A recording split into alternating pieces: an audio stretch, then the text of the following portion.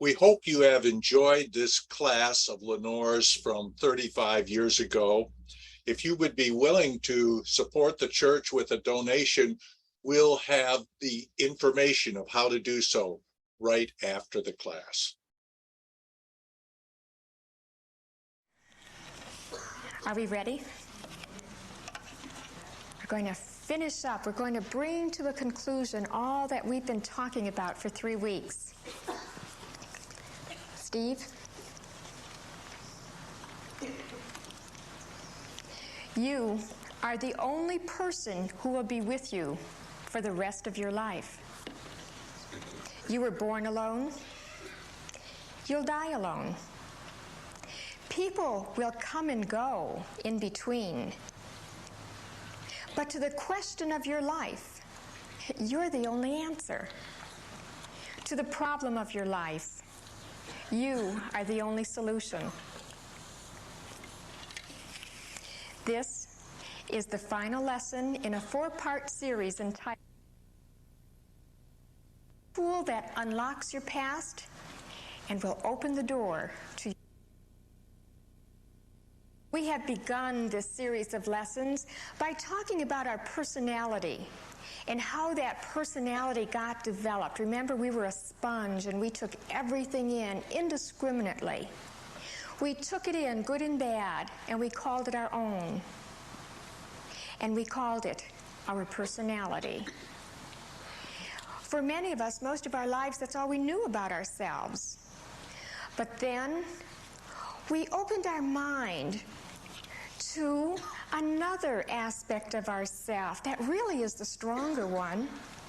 It's just we have been so unaware that it has been there all along, that we have not developed and nurtured it, and that was called our individuality. That is the God in us, the force, the power, the higher power that can do all things. And that is in us. That is never changing. That does not know moods. It does not know depressions. It is consistent in love. And where there is love, there is no hate. There is no need for forgiveness. There is no resentment, no holding grudges, no self-pity. It is pure, unconditional, strong love. And that is the part of us that we are really getting in touch with, because that will be the stronger of the two. The personality and the individuality. Our negative character defects are of our personality. In our personality, we can't overcome our own defects.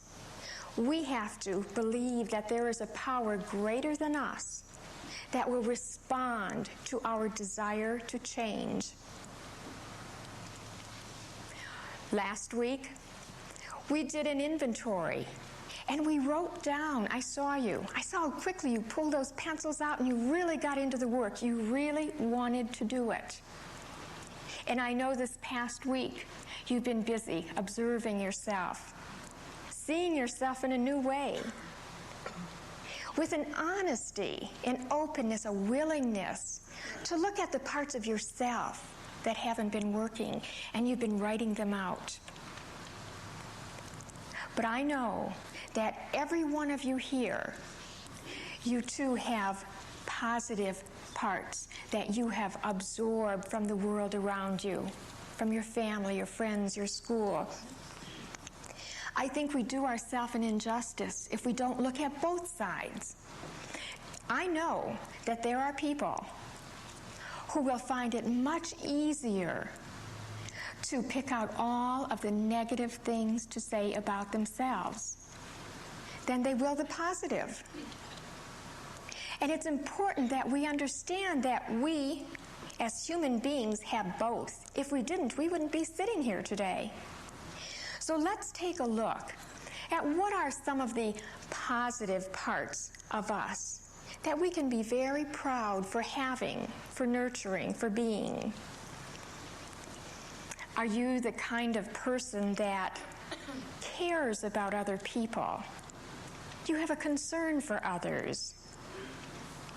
You have an ability to put other people at ease. You're very sensitive. You know how to treat people with respect. You're compassionate.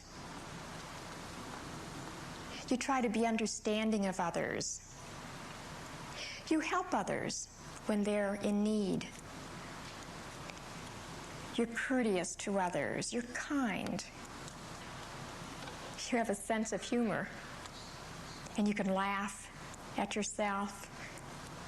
You're very neat in appearance. You have a willingness to learn, an open mind.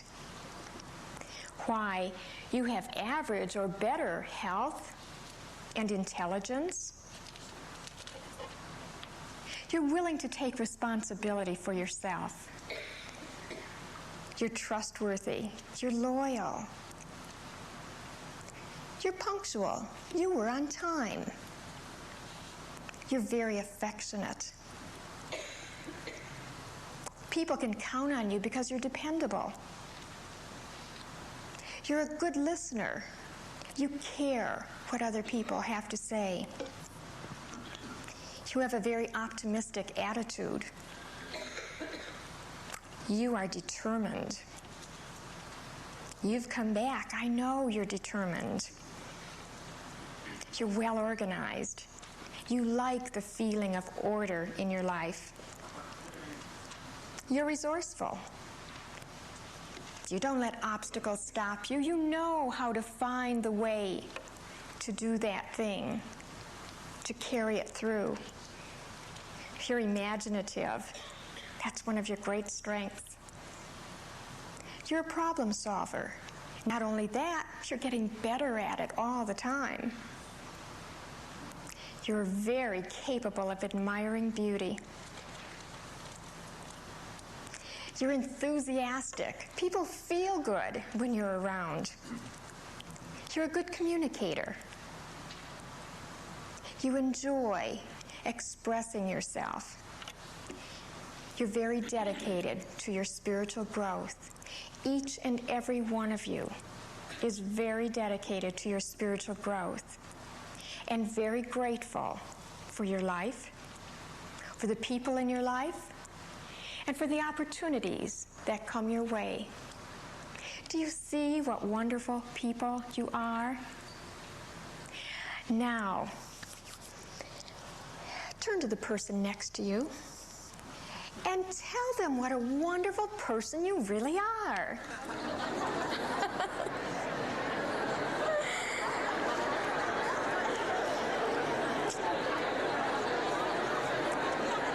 I still see one that hasn't done it.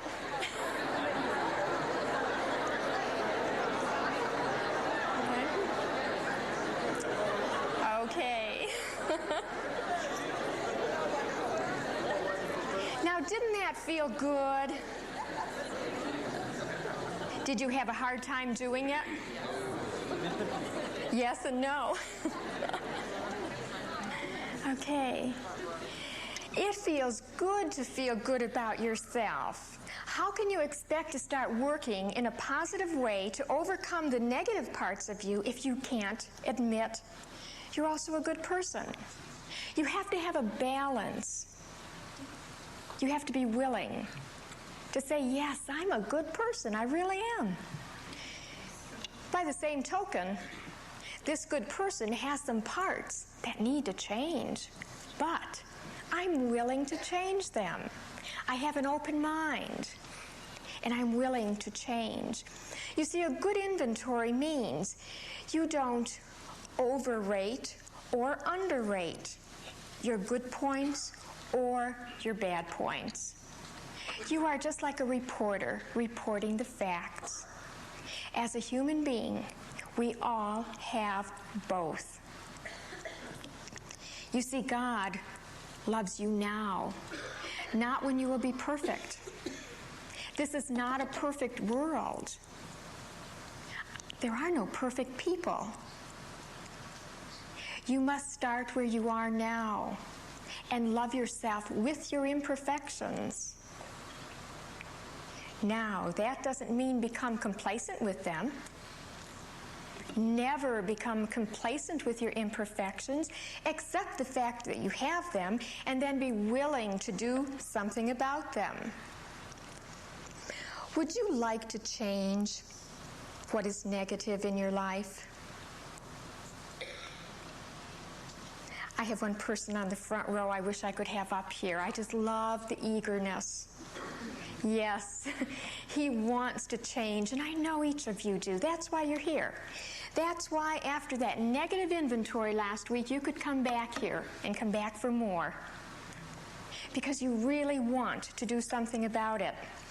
If you do, you have to be willing to do something about it.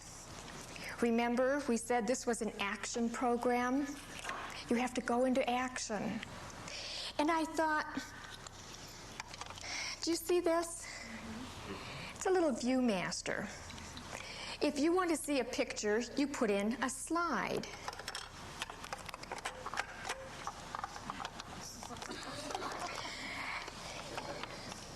It's supposed to light up. And when you put in the slide, you get exactly what is on the negative. Nothing more, nothing less. Just what is there. When I look at that picture, I might decide that isn't exactly what I want it to look like. And I'll get very upset, and I'll look at it and see the things that need to change, and I'll even write down the things that I want to change, but I look, and it's the same picture. What would happen if I wanted this to be different? What would I have to do? Would I just keep putting in the same slide, or would I take it out and replace it with a new one? And as I did that, I would have a totally new picture. But what would I do to get the new picture? There would be a process that I would have to go through. You see, I would have to set it up how I would like it. I would have to think it out, perhaps write it out. What is the scene I want to see in this slide? When I had it together, I would have a photographer take the picture, take the film to be developed, get the film, have it made into a slide, and then put it in.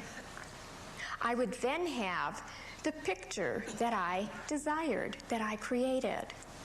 Well, think of our mind like you would this Viewmaster. It will only project what is on the slide. See, in our mind, there are thousands of these little slides, and they're all filed. They've been collecting since the day you were born, and they have a picture about everything you think about yourself, everything you feel about yourself, every experience and how you know it's going to turn out in your life. So when you think of something, pop, there goes the slide, and it shows you exactly what you believe, what you feel down here. See, sometimes in our head, we read some books and get pretty smart, and we think we've changed things, but in our feelings, it's still the old picture that's projecting. So, like this projector, if we wanted to change this, what would we have to do? We would have to take a good look at what was going on in the pictures of our mind. We would have to take them out one by one and take a good look. And isn't that what we did last week? Didn't we really take a look at ourselves and the different aspects of our personality that could be very self-defeating to us? We talked about our guilt, our resentment, our jealousy, our envy. We talked about so many parts of us that just aren't working. We talked about our fears. If we want to change a life experience out there, we need to change the pictures in our mind. How do we do that?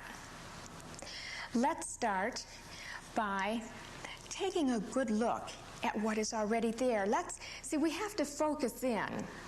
If you try working on 20 things at once, you'll become totally frustrated and do nothing. Nothing will be completed. But focusing is like dropping a pebble in a still lake. The ripples of that one little pebble go out endlessly. So isn't it better that you really focus in and really make a good change, one change in your life, and then another, as opposed to just sporadically throwing the pebbles all around? Let's start with one focus. But before we do, are you really willing to be changed? Are you really committed to being changed? You know, you could commit yourself to something in word and not really be willing to be changed. You know, change is threatening. Are you really willing? If you are, let's proceed. I have a picture in my mind about fear. Fear of authority in particular. To change it, I have to define what my picture is like today. When I stand before an authority figure, I am so nervous. I have absolutely no confidence in myself. My shoulders get slumped and my breathing is very shallow. I am so intimidated. I can't look them in the eye.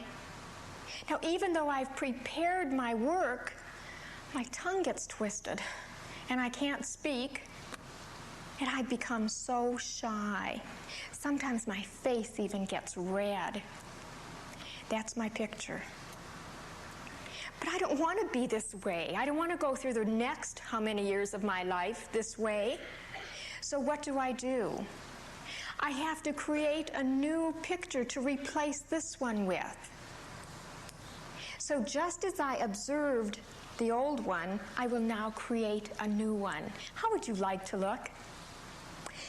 How would you like to appear to any authority figure that comes your way?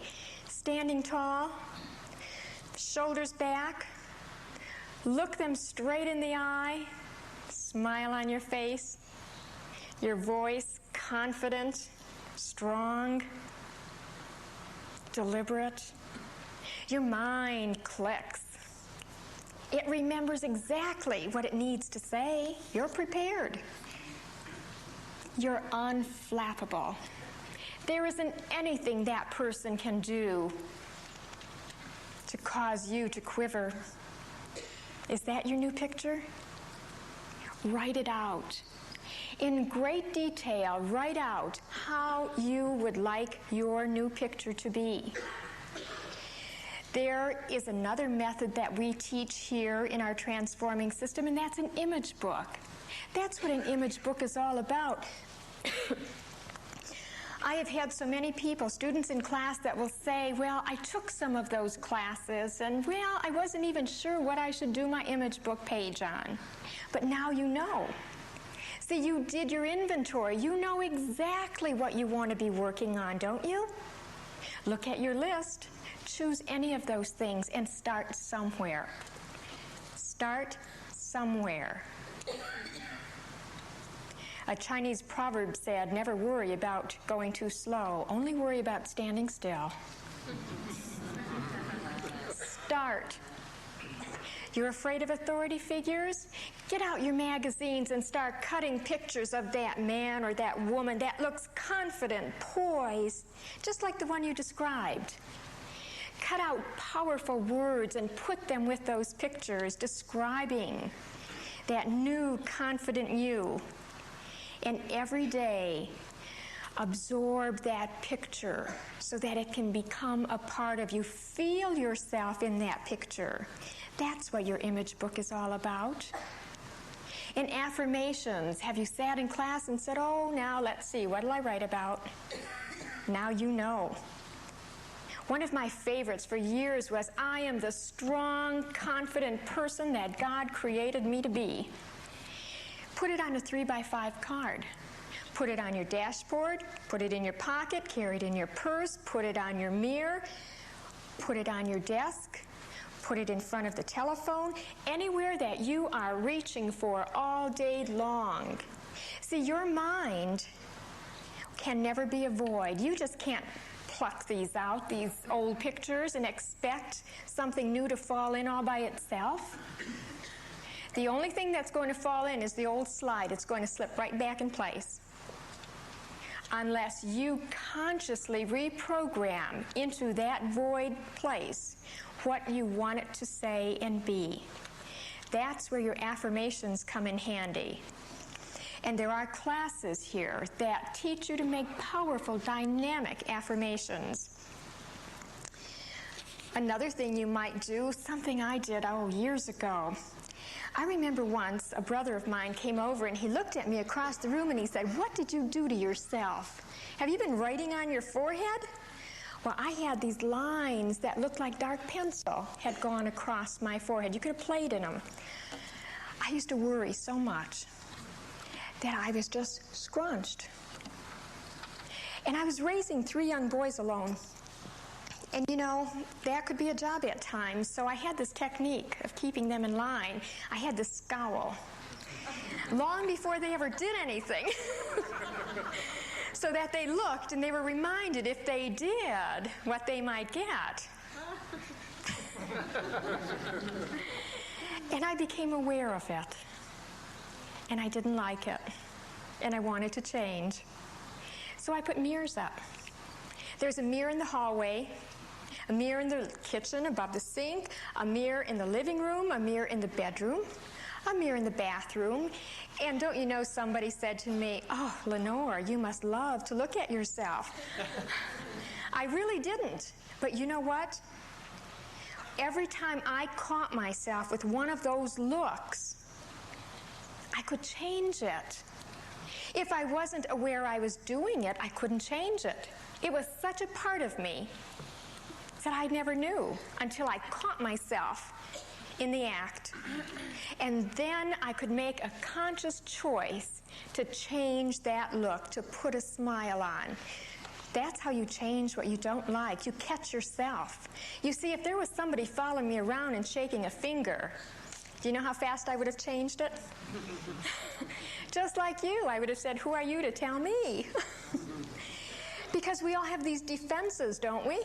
We don't want to be told. What we want to do is reach an age of maturity where we tell ourselves. And that's where we are right now in our life. We're telling ourselves what we want to change and changing it. Another thing you'll want to do is, in those times, driving, cleaning house, relaxing, play your cassette recorder. Put on positive material that can reprogram what you have been hearing for years. Change what goes on in your mind. Be consciously aware of what you're putting into your mind. There is one tape I'm thinking of in particular, and that is Jack Boland's Fear of Success.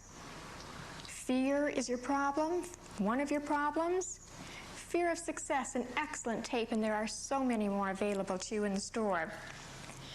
Do you have a mastermind group? Where 2 or more are gathered in my name, there am I. Is that not what we have been told? So let's come together with like-minded people who really support each other, who can believe for you long before you can believe for yourself. Take advantage of those friendships, pray together in mastermind groups, and ask for the courage, the strength to change. And then, don't be afraid of feedback. Find somebody. I would recommend each one of you. I know in 12-step programs they have sponsors, and they will share their inventory with their sponsor. They will read what they don't like, the negative part of themselves as well as the positive, to another person. I would recommend each one of you do that. Get it out of the closet. Get it out of hiding. If you really want to get serious about change, expose what you don't like about yourself to the light of day. Expose it by sharing it with a person you trust, a person who has your good at heart. It's also a very humbling experience. And in humility comes great change. Positive-minded friends. Who are your friends? I'm not saying we should dictate your friends. I'm saying you should look at your friends. Are they always reminding you what a klutz you are? How forgetful you are? Where's your head? You know, the kinds of things that some people we have known have said to us that just diminishes and hurts and puts down. Don't choose to be where you're not growing. Make some choices about those things for yourself. There are support groups. You at the Church of Today are among the luckiest people that I know because of the strong network of support that we have here. Now, I know there are persons who will hear this on cassette, and I wish they could all be here to take part in the kinds of classes and support groups that you have. But there are tapes, there are support groups springing up all across this country. And anybody who truly is looking will find what they need, or they may be a Mary Ann Miller and be the one to start a support group in their area. AIM, Agoraphobics in Motion. If fear is really holding you back, go to a meeting. Do something. Go into action, and change will occur. Another thing you might consider is to emulate friends or persons whose traits you admire. Now, you might be thinking, well, I don't want to be a carbon copy of somebody else. And that's true. But in reality, we are a carbon copy of somebody right now. We just haven't been very discriminating over who we were copying from. So now, let's go out there and be very discriminating. Let's look for a trait here and a trait there and a trait there, and let's pull the best that we see out there and learn and take on that trait as our own. It may be the way they converse with another person. It may be a handshake that is firm and strong and securing. It may be a smile. It may be a professional way of dressing, whatever it is. Look for role models. Become acquainted with the 12 powers. There are cassette tapes available. It's important. You have power within you that is untapped. Become familiar, and you will be able to bring this to life in your life and use the power that is there to help you to change. Now, change will demand discipline. Make yourself do what needs to be done. There's no simple way to change. Could we change this slide by wishing it were different? Or was there a process it had to go through? Okay, it's a process. It's effort. It's time. It's energy. Put that same effort, time, and energy into the changes you want to make in your life. And become 100% responsible for yourself. That first week when you were doing some writing, I know some of you shared with me some things that went on in your life, and I truly know there has been some real pain that has been touched for some of you. It may have been physical abuse. It may have been an alcoholic background. There are so many things it could have been for you specifically, but only you know what that is. Maybe there is grief over a lost one that you have not been able to overcome on your own. Whatever it is, be responsible. If you need counseling, if you need extra guidance to help you through a rough spot, seek it out. It's not a weak person who needs to ask for help. It's a strong person who has the courage to ask for help. Don't be afraid to ask. If you need help, get it. If you really want to grow, you will. You will find the people to help you. And when all is said and done, even after counseling, you know where the buck stops, don't you? You still will be responsible for your own changes. Accept the fact that you will never change one other person. If your energy is out there still trying to change somebody else, it's energy you need to be spending on yourself. With all the things you've seen in the past few weeks, can't you see it's going to take us the rest of our lives just to fix us? It's a job. It really is. It was meant to be that way. We have exactly the circumstances in our life that we need to have for our own personal growth. If you are really concerned about somebody else, do you know the greatest gift you can give to them? It's the gift of your own change. You see, then you become a model for them. And they may choose to say, I want whatever it is you have. Show me. And then it is their choice. Then there is hope for their change. And on the other hand, they may say, I don't want anything to do with it. That's a possibility. But then what have you lost? You weren't going to change them anyway. The thing to remember is you are the only person you can do anything about in your life. Accept feedback. Accept positive feedback. Feedback that will help you to change.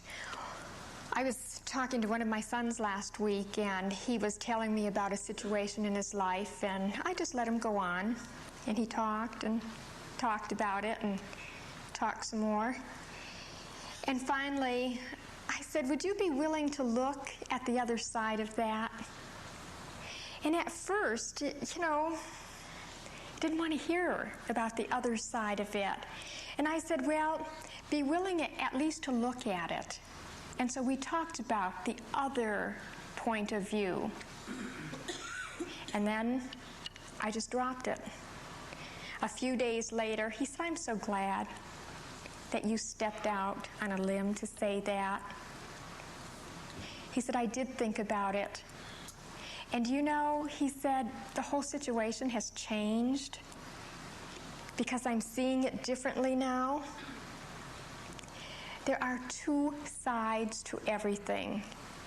Our minds are like steel traps. They get an idea, just like I had an idea that you could only teach a personal inventory in a very personal way to a very personal small group.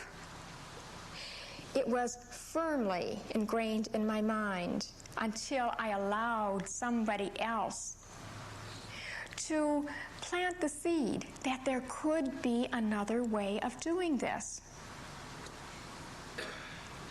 Open your mind to the possibilities of another way of looking at any situation in your life.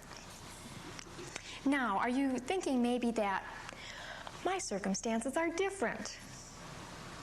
Well, my life has been harder than yours and theirs. Well, you see, my obstacles are greater that I need to overcome. Maybe once one of those thoughts kind of crept into your mind. Well, if that's true, remember the oyster. See, the oyster chooses to take that grain of sand, that irritant, and he develops it into a pearl of great price. He could either reject it and not deal with it, or turn it into a pearl. And that's what you do. Every single day, all day, you choose what you will do with the irritants in your life. Now, are you going to develop it into a pearl to make your life better? Or are you going to pretend it doesn't exist? It's your choice. What about the steel? You know, the big bars of steel, cold steel, useless steel. They put it through the hot fires, don't they, so they could mold it and shape it. And that's what's happened in our lives.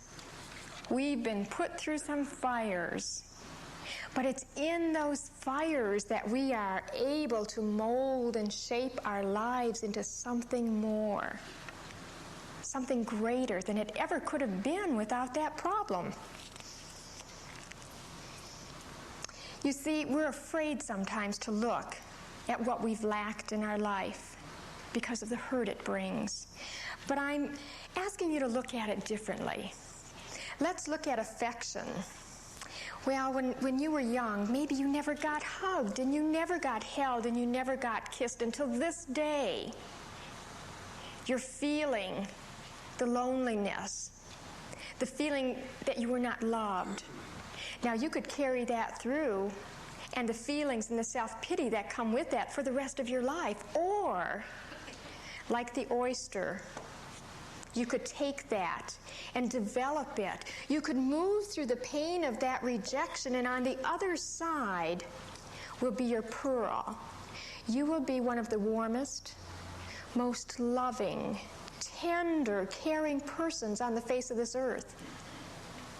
Because you didn't have it. You know how good it feels to give it. And in giving, you'll get it back.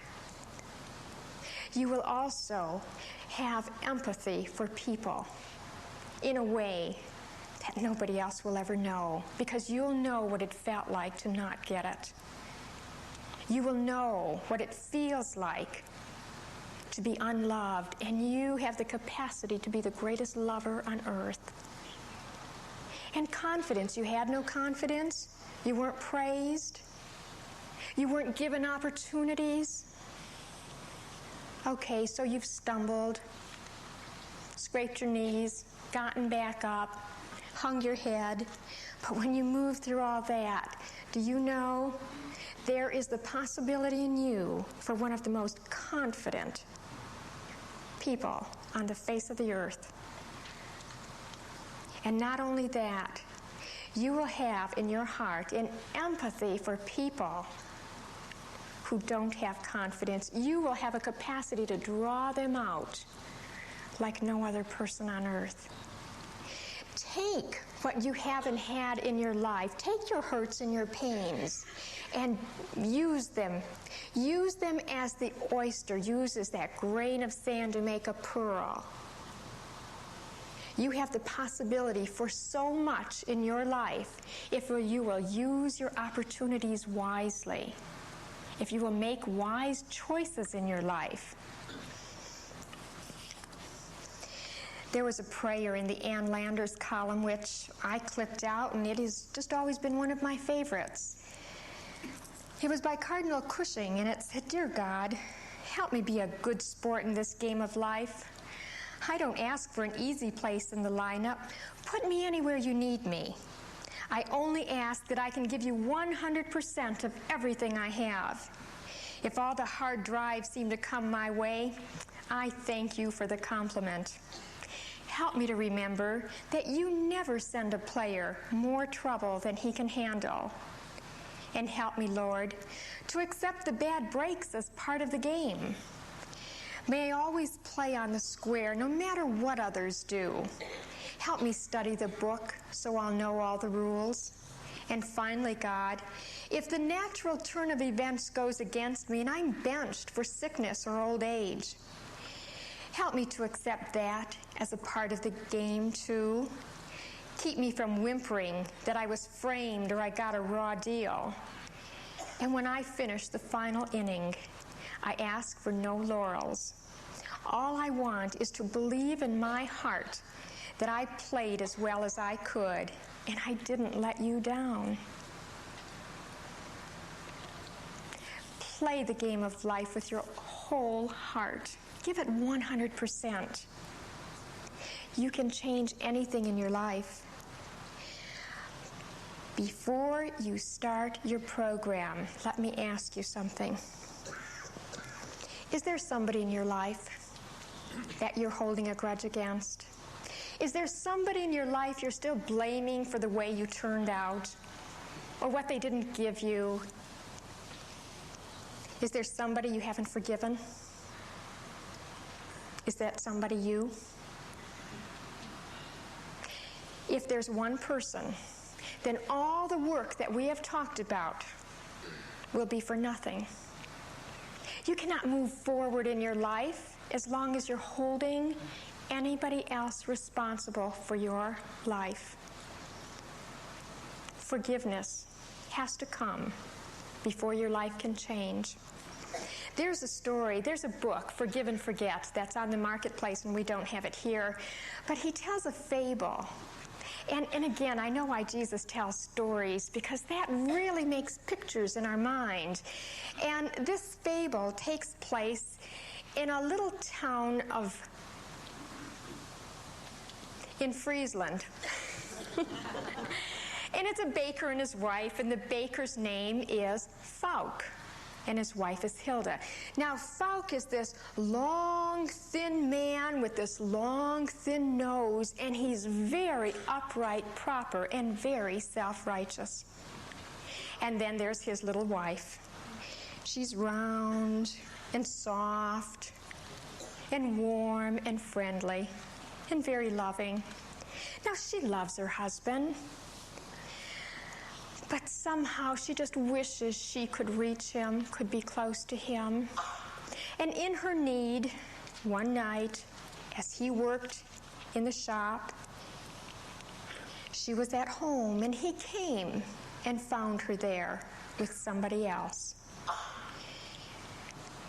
And it was the scandal of the town. I mean, this wonderful, upright, church-going man, what she did to him, I mean, they all knew he would leave her.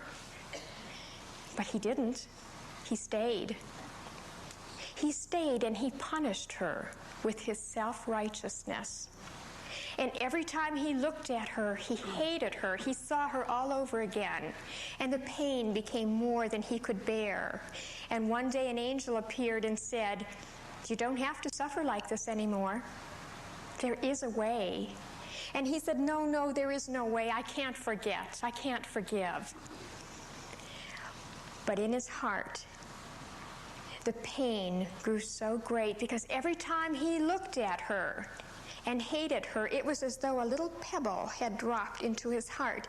And his heart was so full that he just stooped over. He could not even stand tall, and one day he just wished he were dead. And he called out to the angel, and he said, tell me what I must do."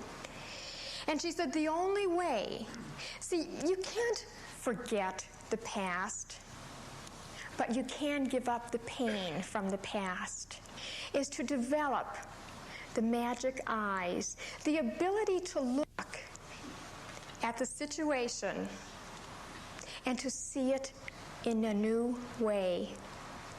You see, every time you will look at Hilda, you will no longer see her as the woman who betrayed you. You will see a woman who was hurting and in need, and forgive her." And at first he looked at her and he looked away and he said, I can't do this. But with time, he began to look a glimpse at a time. And in that glimpse, when he saw her in a new way, a pebble was removed. And again he would see her, and another pebble was removed. And soon it got easier for him to look at her and to see her through these new eyes. And each time, until his heart was light and all of the pebbles were removed. And as in all fairy tales, they lived happily ever after. Now that's a fairy tale. But can you just see the heaviness of the heart? and the lifting of the heart when we're able to see with new eyes. Let's look at a real life story. A friend of mine who has taught me more about life and loving than anybody I know.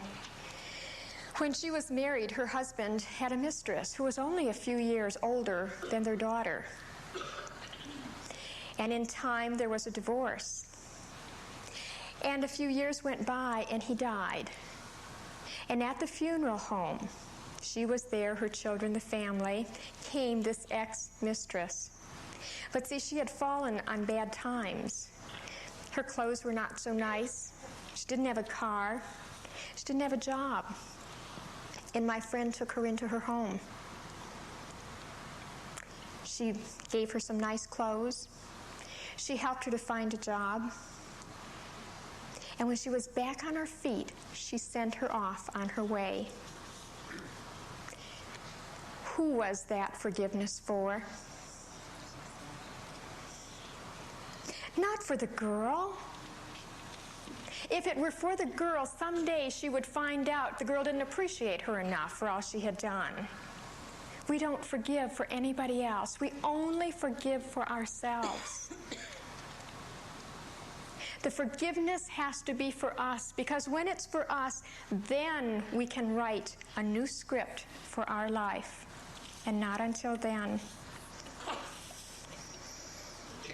I am only one, but I am one. I cannot do everything, but I can do something. And by the grace of God, what I can do, I will do.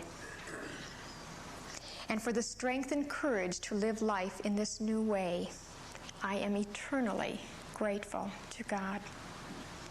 Thank you.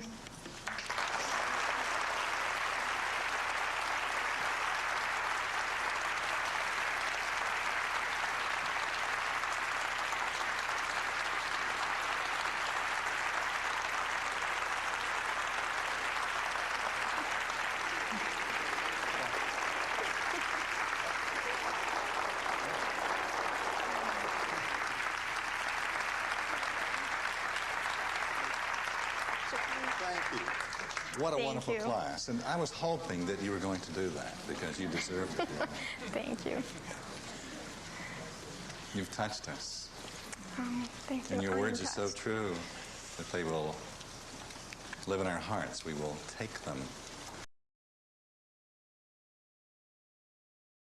If you would be willing to provide a donation to Spiritual Life Center, we would be most grateful. There are 4 ways to do so. The first is online through our secure website, www.slctroy.com/give. A second way is to mail a check to Spiritual Life Center, 41340 Fox Run Road, number 106, Novi, Michigan, 48377. A third way is to call my cell and speak directly to me. That's 248-925-6214, providing credit card information for a one-time charge. A fourth way is to go to our weekly email that you receive every Friday from Spiritual Life Center. And in there, in a couple of places, you'll see donate online or donate now. If you just click on that, it will be apparent how to proceed. Thank you so much. We are grateful.